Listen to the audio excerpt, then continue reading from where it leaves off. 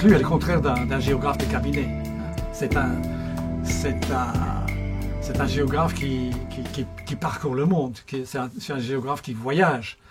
C'est un géographe qui se met dans l'expérience de la Terre, pas seulement une théorie sur la Terre, en quelque sorte.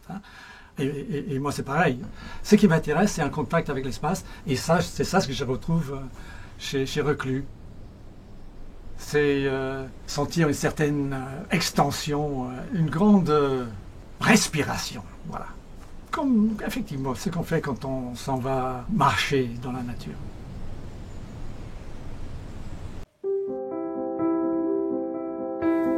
J'aime beaucoup ce genre de vie. Se lever avant le jour, ou bien lorsque les nuages commencent à surgir un peu, marcher au milieu des forêts, des sentiers, dans les herbes fraîches de rosée, s'arrêter sur le bord d'une fontaine, sous les rochers, pour manger son pain et son fromage, gravir à travers les pierres qui s'écroulent et vont bondir à plusieurs centaines de mètres plus bas, se souvenir qu'on a été nourri par une chèvre en escaladant les rochers, monter sur un pic pour contempler un admirable paysage de montagne, puis redescendre sur le gazon des pentes, quelquefois aussi sur les chemins pierreux pour gagner son dîner à la sueur de son front. Tout cela me plaît infiniment. Béatrice Gibelin, bonjour. Bonjour. Vous le retrouvez là, d'emblée, votre Élisée Reclus, oui. Celui qui disait on trouve toujours plus dans la nature qu'on y a cherché. On a tellement Élisée là-dedans, dans ce plaisir qu'il avait à marcher en montagne. Il y a aussi l'effort physique qui compte chez Élisée Reclus. C'était un tout petit bonhomme. Il était vraiment très très petit, mais très musclé. Et il paraît qu'on avait du mal à le suivre, surtout quand on était en train de gravir une montagne. Il y avait comme une forme d'excitation chez lui pour arriver au sommet. Je suis heureux. Ça, c'est montagne. Amoureux. Ça, c'est la montagne. Tu peux au mieux être rival. Tu peux au mieux cet attirail. Ça fait des mois que je souffre, tu rejettes la montagne. Comprends-moi, je suis montagne. Tu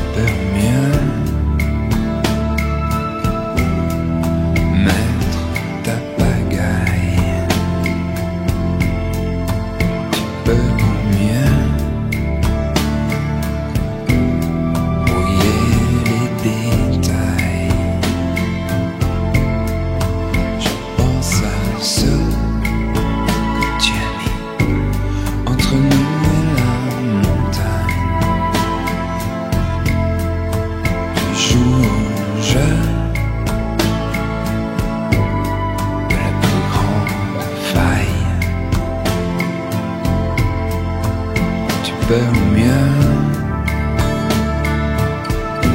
engager la bataille comme les vieux.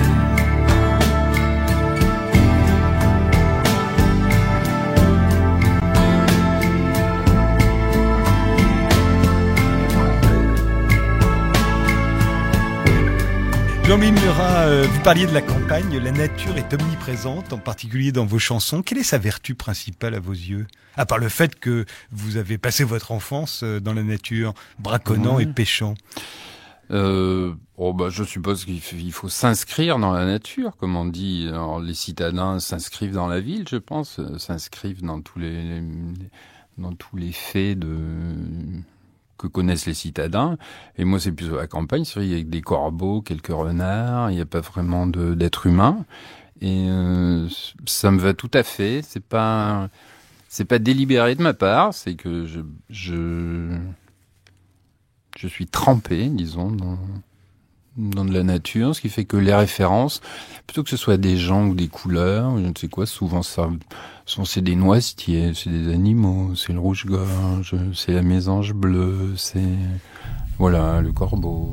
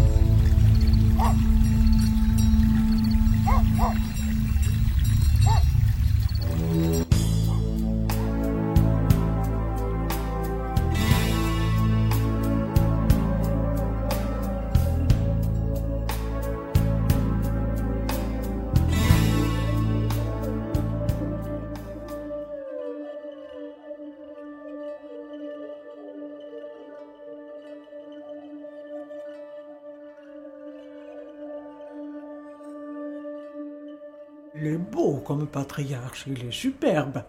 Mais le jeune homme, ça, c'est merveilleux. Ah oui, le jeune homme qui cherche le danger. Et qui veut mettre ses forces à l'épreuve, voir jusqu'où il peut aller. Ah oui, ça, c'est fascinant. C'est fascinant.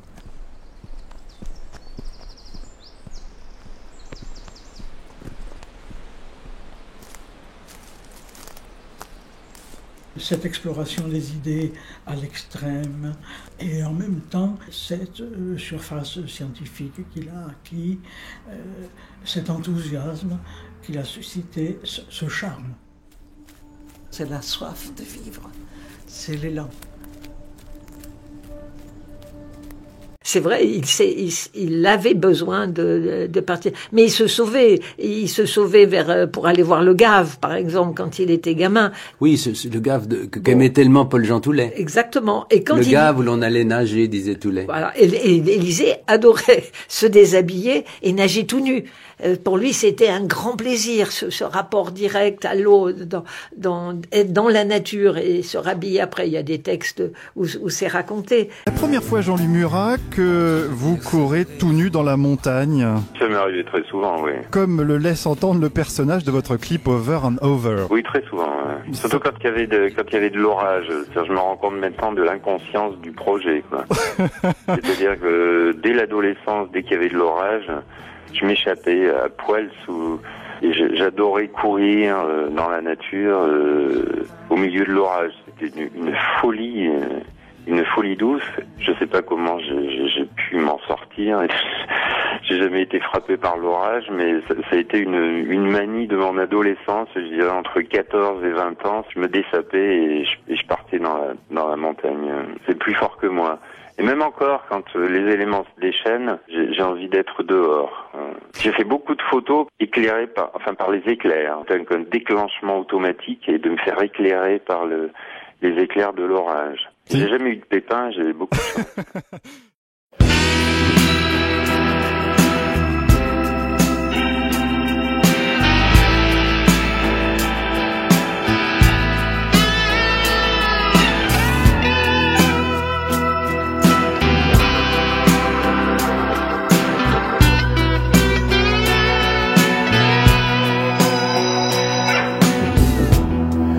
Dans la crevasse, prisonnier des glaces, je n'ai plus le temps.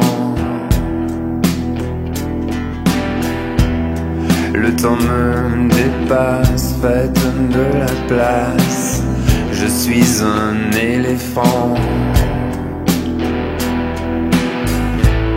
Je suis dans le vide, perdu vers les cimes, sur l'autre versant. Bruit de crinoline, passe les cabines, volent les passants.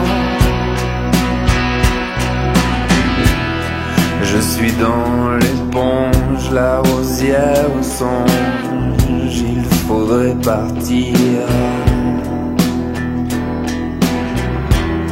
L'autre pont s'effondre, mais que fait le monde? Serait-on trahi? Bête on assassine pour un triste signe.